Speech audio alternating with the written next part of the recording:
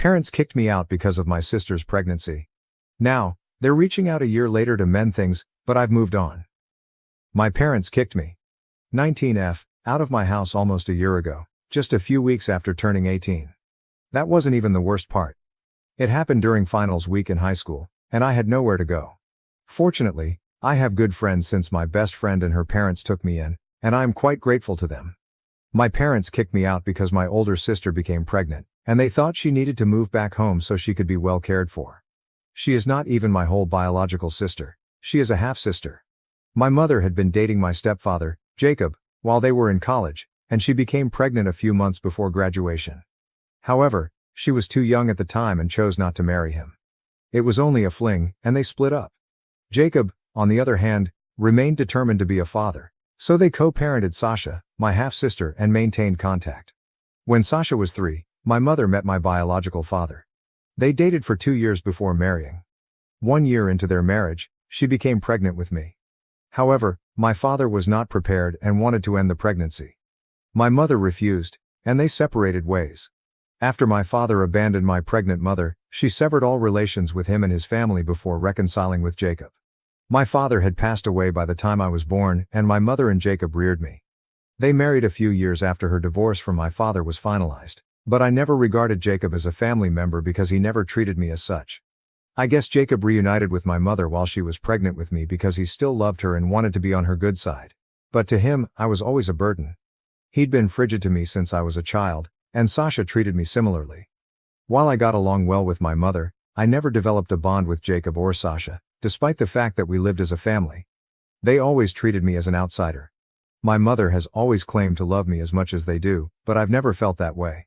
She never acknowledged our estrangement, and despite my attempts to connect with them when I was younger, I was always rejected. As I grew older, I saw what was going on and gave up on pursuing a relationship with Jacob and Sasha. I shouldn't have been surprised when they kicked me out because Sasha was expecting and wanted to move back in. However, it came as a shock. I should have known that Sasha would always be Jacob's priority, no matter how much older she was than me. Still, I hoped my mother would defend me, but she didn't.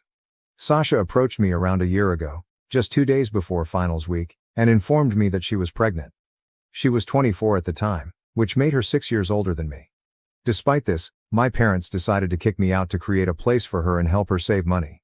Sasha and her boyfriend, who had been together since high school, lived in a little apartment not far from our house.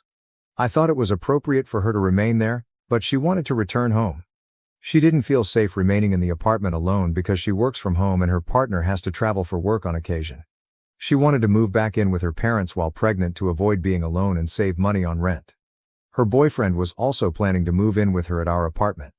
So Sasha and my parents decided she would return home. That would have been okay with me, but they informed me I had to vacate my room for a few months since they required it for her. Sasha already had a room in our house, but after she left for college, Jacob converted it into an office. My parents informed me she couldn't stay in the living room, therefore the only option was for me to give up my room. They asked that I think of it as a sacrifice for my family. I might not have been as upset if they hadn't had this chat with me immediately before my first exam. I was already stressed from preparing for tests and I had a lot of exams coming up in the next 2 weeks. They only worried about Sasha and her pregnancy. I put my foot down and told them I wasn't leaving because Sasha had never treated me like family, so I didn't need to make any sacrifices for her. My parents attempted to reason with me, but I believed they were being unreasonable, and we argued until they snapped. Jacob told me I had to leave by the end of the week or I'd be tossed out, and no one could stop him because I was an adult. He stated that he had the right to decide whether or not I may stay at his place. I expected my mother to protect me, but instead she sided with Jacob. She stated they needed to make room for their real grandkids, and didn't have the time or energy to argue with me about it. She told me to do as I was told. My mom's use of the word real grandkids reaffirmed what I had already felt and known for years. My mom, Sasha, and Jacob were their own little family, and I had always been an outsider. I was really unhappy and decided to begin packing my things right away, oblivious to the fact that I had an exam the following day. They didn't even try to stop me as I departed, revealing where their priorities lay. I ended up on my best friend's doorstep. When I explained everything to her and her parents, they invited me to stay with them as long as I wanted. Many of you may wonder why I didn't ask for support from family members, but I don't know any. Jacob's family is exactly like him. They don't like me at all, and I knew addressing them would be futile. They would do everything they could to avoid helping me. My mother's side of the family is also unfamiliar to me. Apparently, her parents and the rest of the family abandoned her when she became pregnant with Sasha. They wanted her to concentrate on her studies and did not want her to continue with the pregnancy because she was too young. She did it anyhow, and no one has spoken to her since. They weren't even present for her wedding to my father, nor for Sasha's or my birth, as she told me. So since I had no relatives, I turned to my pals. After I was kicked out and moved in with my best friend and her family, I was continually expecting my mother to contact me. I had no such expectations of Jacob or Sasha because I knew they didn't care about me and were probably relieved I left because I never fit into their perfect family. What really hurt me was that my mother didn't contact me. After a few months, I gave up hope completely. A full year has passed since then, and I've heard from a few people that Sasha gave birth a few months back. She and her boyfriend have been sharing how pleased they are to be parents to their baby. The three of them are still living with my parents, perhaps to save money on rent. I honestly couldn't care less about any of it. I've been working on improving my own life. After I graduated from high school, I needed to figure out how to get to college. With little contact with my parents, I also lacked money. My best friend's parents had graciously allowed me to live rent-free, but I couldn't ask them to pay for my schooling, especially since they had 2 children of their own. I was anxious, but fortunately, I had applied for several scholarships. Because I'm a good student, I was able to obtain a scholarship from one of the institutions I applied to. It wasn't my first or even second choice, but I couldn't pass up the opportunity to save money. Sasha already had a room in our house, but after she left for college, Jacob converted it into an office. My parents informed me that she could not stay in the living room, so the only logical choice was for me to give up my room. They begged me to consider it a sacrifice for my family. If they hadn't told me this just before my first exam, I wouldn't have been so unhappy. I was already nervous about studying for my examinations, which were due in the following 2 weeks, but they seemed to be more concerned with Sasha and her pregnancy. I put my foot down and told them I wasn't leaving since Sasha had never treated me like family, so I didn't feel obligated to make any sacrifices for her. My parents attempted to reason with me, but I believed they were being unreasonable, and we argued until they snapped. Jacob told me that I had to go by the end of the week or I would be tossed out because I was legally an adult and he had the right to decide whether I stayed in his house or not. I expected my mother to protect me, but she sided with Jacob. She explained that they needed to make room for their real grandkids, and did not have the time or energy to argue with me about it. Hearing her refer to Sasha's children as real grandkids, reinforced what I had assumed for years. My mother, Sasha, and Jacob had their own small family, and I had always been the outsider. I was so unhappy that I started packing my things right away, ignoring the fact that I had a test the next day. They didn't even try to stop me as I departed, revealing where their priorities lay. I landed up at my best friend's house, and after explaining everything to her and her parents, they invited me to stay with them as long as I needed. You might wonder why I didn't ask other family members for assistance, but I don't really have any. Jacob's family dislikes me, so I knew it would be fruitless to seek assistance. I never knew anyone on my mother's side of the family. My mother always told me that when she became pregnant with Sasha, her family cut her off because they wanted her to focus on her studies. They didn't want her to get pregnant since she was too young, but she did anyway, and no one has spoken to her since. They weren't even present for her wedding to my father, let alone either of our births, according to her. So I didn't think I had any relatives to turn to, so I went to my pals instead. After I was kicked out and moved in with my best friend and her family, I kept expecting my mother to contact me. I had no such expectations of Jacob or Sasha, as they clearly didn't care about me and were probably relieved that I had left. What pained me the most was that my mother did not reach out at all. After a few months, I gave up hope completely. It has been a year since then. I found out from friends that Sasha had given birth a few months ago and that she and her boyfriend have been posting about their new life as delighted parents. They are still living with my parents, probably to economize on rent. I honestly don't care about any of that stuff anymore. I've been working on improving my own life. After graduating from high school, I needed to figure out how to get to college. It wasn't easy without having my parents' financial assistance. My best friend's parents were generous enough to let me live rent-free, but I couldn't ask them to pay for my tuition, especially since they had 2 children of their own. I was apprehensive, but thankfully, I had applied for numerous scholarships, and because I was a brilliant student, I was awarded one. It was not my first or even second choice of education, but I couldn't pass up the opportunity to save money. The scholarship covered 60% of my tuition. So I chose to get a student loan alongside my closest friends' parents as co-signers. I promised them that they wouldn't have to worry about repaying the debt because I would work while studying and pay it off myself. That is what I have been doing. It's been difficult, but knowing I'm succeeding on my own is wonderful. I hadn't heard from my family in a year and I wasn't expecting them to seek out. Surprisingly, approximately a week ago, my mother emailed me and asked me to come home for the weekend. She claimed she missed me, as did Jacob and Sasha, and they wanted to reconcile with me. She stated they were aware they had treated me unfairly. In the email, my mother was unusually charming, faking sincerity. Call it gut instinct, but I sensed something was wrong and did not answer. A few days later, she wrote another email, which I disregarded as well, despite my need to find out what was going on. I realized there had to be another reason. It was improbable they would suddenly feel sorry a year after kicking me out. It looked overly convenient. I received my response 2 days ago, when my maternal grandparents contacted me. I was surprised they were able to contact me, as I was certain my parents had not given them my information. They explained that they had to inquire around and eventually obtained my phone number from one of my high school acquaintances, who trusted them enough to disclose it. It turned out to be my best buddy, and I'm glad she didn't tell me since it was a welcome surprise. My grandparents called, and I couldn't believe it was them. I've never known them, seen them, or heard their voices. I was hesitant at first, but then they FaceTimed me and showed me old photo albums of my mother from her childhood and adolescent years. That's when I started to believe they were my grandparents. We all got rather emotional. I'm not sure why, but I just did. We began talking, and I shared details about my life. I tried to avoid talking about my parents, but it was pointless because they already knew everything. They claimed that one of the main reasons they had not contacted me before was because of my parents. They recently discovered the truth, which prompted them to contact us. I was perplexed. My mother had always told me that when she became pregnant with Sasha, my grandparents cut her off. That was everything I knew. However, there was more to the story. My grandparents emphasized that they were not opposed to my mother having Sasha. Rather, they opposed her connection with Jacob. My mother had lied about her parents to safeguard Jacob's reputation. My grandparents had been supportive of her pregnancy and informed her she had the freedom to choose. However, they did not approve of Jacob because he was a well-known addict. They had all grown up in the same area, attended the same high school, and even went to the same college, so my grandparents were well aware of Jacob's background. They promised my mother that they would financially assist her during and after the pregnancy, but only if she broke up with Jacob.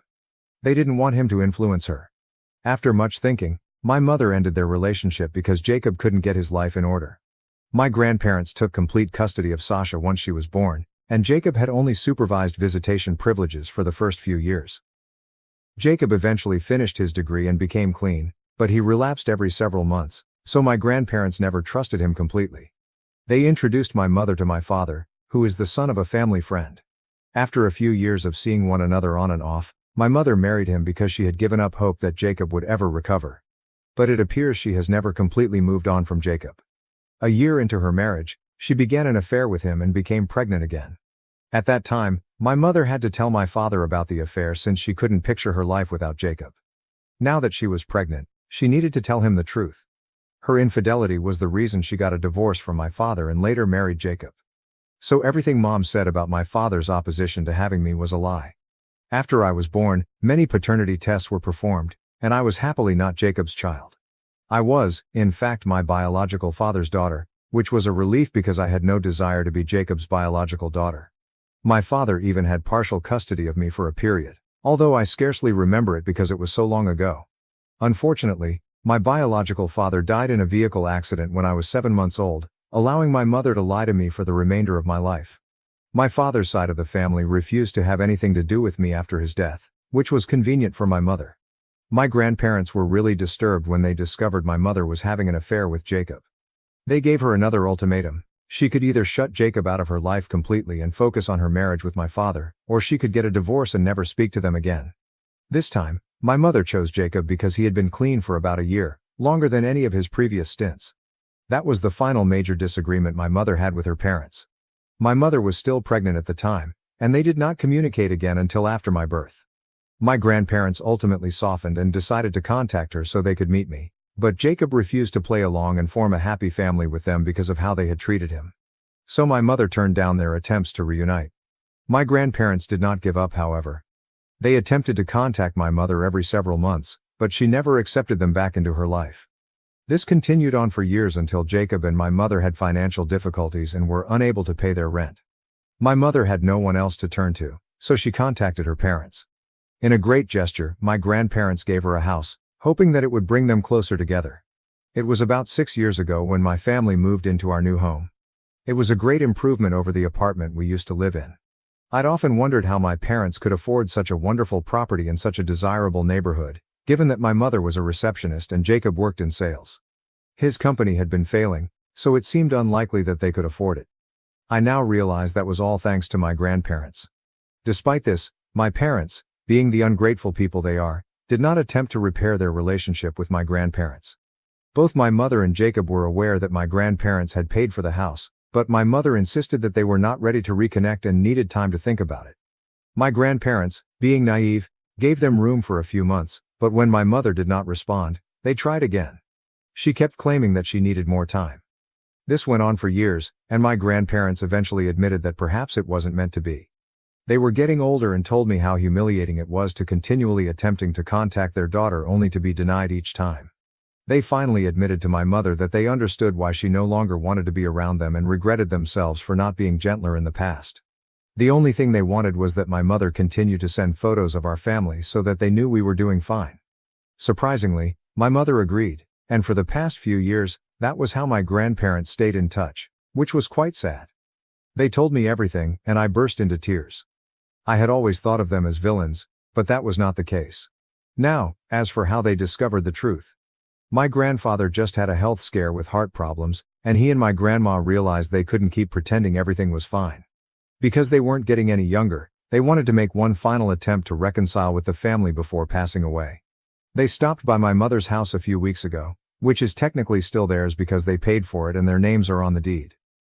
When they came, my mother had no choice but to welcome and entertain them. They discovered they were great-grandparents when Sasha had her children. But when they asked about me, my parents became really uneasy and had no idea what to say. So they informed my grandparents that I was away at college and that it might not be a good time to contact me because I was in a vulnerable state due to examinations. They couldn't even come up with a false college name, which led my grandparents to suspect something was up. They had a gut feeling that my parents had made a mistake, so they left the house to speak with our neighbors. That is how they discovered that I had not been living with my parents for the past year after being kicked out. The neighbors didn't know why, but their son, who went to school with me, informed my grandparents that I had been staying with my closest friend's family for a while, and they could know more. That's how my grandparents got in touch with my best buddy, and they eventually found out what happened to me. Naturally, they were furious when they discovered the truth. My grandparents informed my mother that she and her family would need to evacuate the house in order to make room for their only real grandchild.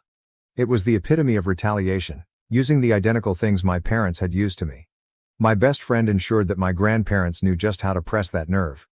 It now became clear why my parents were attempting to reach out and make amends. They were going to lose their home. My grandparents waited a few days to approach me after learning everything because they were concerned about how I would respond. They eventually decided to go forward with it since they had wasted so many years worrying about how my mother would respond, and they wanted to do the right thing now. However, my grandparents also wanted to give me the freedom to choose what I wanted. They told me that if I wanted to give my family another chance, they could continue to live in the house. But if I wanted them to leave, that is what would happen. Apparently, when they came, no one in the family seemed pleased to see them, and I was the only one who appeared truly interested in developing a relationship with them. My grandparents refused to be taken for fools anymore, so I had to decide whether I wanted my parents to have a home or not. If I'm being honest, I suppose I want them tossed out, but that sounds a little harsh. I'm not sure whether that's the appropriate thing to do. What if I told my grandparents I wanted to kick my family out? Update 1. Hello, first and foremost, thank you for all of your encouraging words. It means everything to me, and I appreciate it more than I can express. Regarding my decision, I've concluded that I do want my family to leave that house. I told my grandparents a few days ago, and now they're evicting my family. Of course, there's a lot of legal stuff involved, which my grandparents say I don't need to worry about. My parents have also been emotionally manipulative, particularly Sasha, but my grandparents are impervious to it. After speaking with me, they learned about all the falsehoods my mother had been spreading and how she had poisoned their grandchildren against them. They have no more sympathy for my parents. To be honest, Sasha and her partner are working grown-ups, so I'm confident they'll find something out, just like millions of others. The same applies for my parents. I don't feel guilty about any of it. After all, they didn't feel horrible about kicking me out, knowing I was just 18 and still in school. Despite this, I was able to perform well academically, even though it occurred just before my exams. I urged my grandparents not to worry about my college tuition, but they insisted on handling the student loan I had taken out. They also apologized for not being present for me sooner. We have a lot to talk about and make up for, but everything is going great right now. Update 2. Hello, my grandparents began evicting my family a few weeks back, and they have till the end of next month to depart. My mother is not pleased about it. She felt compelled to inform me, writing an email a few weeks ago in an attempt to regain my trust and heal things, most likely so her parents wouldn't kick her out. The email was quite different from the one I had received before. This one was full of swear words, saying she wished she hadn't given birth to me. She even said she wishes I had been in the vehicle accident with my father, so we might both have died. So that's my mom for you. But it no longer bothers me since, to me, she is not family. If I'm being honest, my only family now consists of my grandparents, my best friend, her parents, and a few relatives whom my grandparents are introducing me to. My mother broke them off long ago since she didn't want anything to do with her family. It's an unusual scenario, but I'm adjusting. Update 3. Hello, the holidays have just begun, and I'm back home in my old house. It feels strange to be here, but my grandparents have been living in the house since my family departed, and they've done an excellent job of renovating it. Even my room seems like home again. We'll be throwing a Thanksgiving dinner shortly, and we've invited some family members, my best friend, and her parents. I feel like my life is finally getting back on track. I'm very happy, and I wish I could stay this way forever. Thank you for watching. If you haven't subscribed yet, please do so and hit the notification bell to stay updated with more shocking real-life stories happening around you.